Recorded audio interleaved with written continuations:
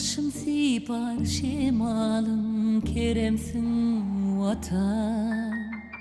Sana bağlıdır şanım, menemsin vatan. Pek kalbıma dari, akıl sirpayi, cennetsin vatan.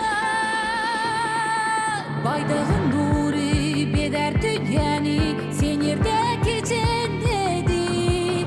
Arkadalı zerdari sayılan halkına baldı. Baydağın nuri beder dünyani, sen yerdeki cenneti. Arkadalı zerdari sayılan halkına baldı vatan.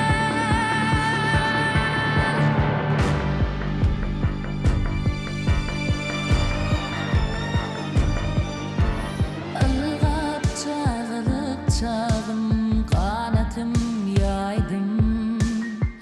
Seni gödülüm pülün ak baltı saydım. Sen elimin mercedi, yüreğim vatan, gereğim vatan. Baydağım nuri birer dünyani, sen yerdeki cenneti.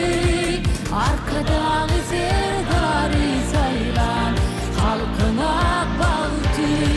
Baydağın nuri birer dünyani, sen yerdeki cenneti. Arkadan zerdarı sayılan halkına baltı vatan.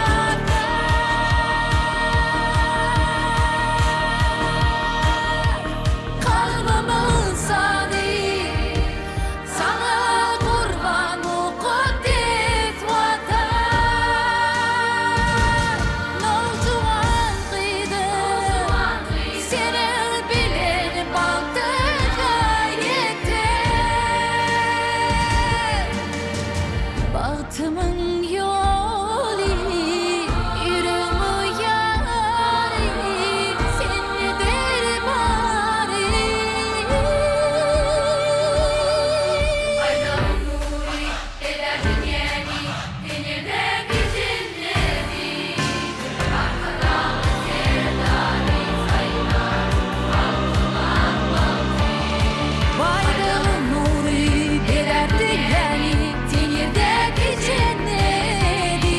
Arkadan zerdari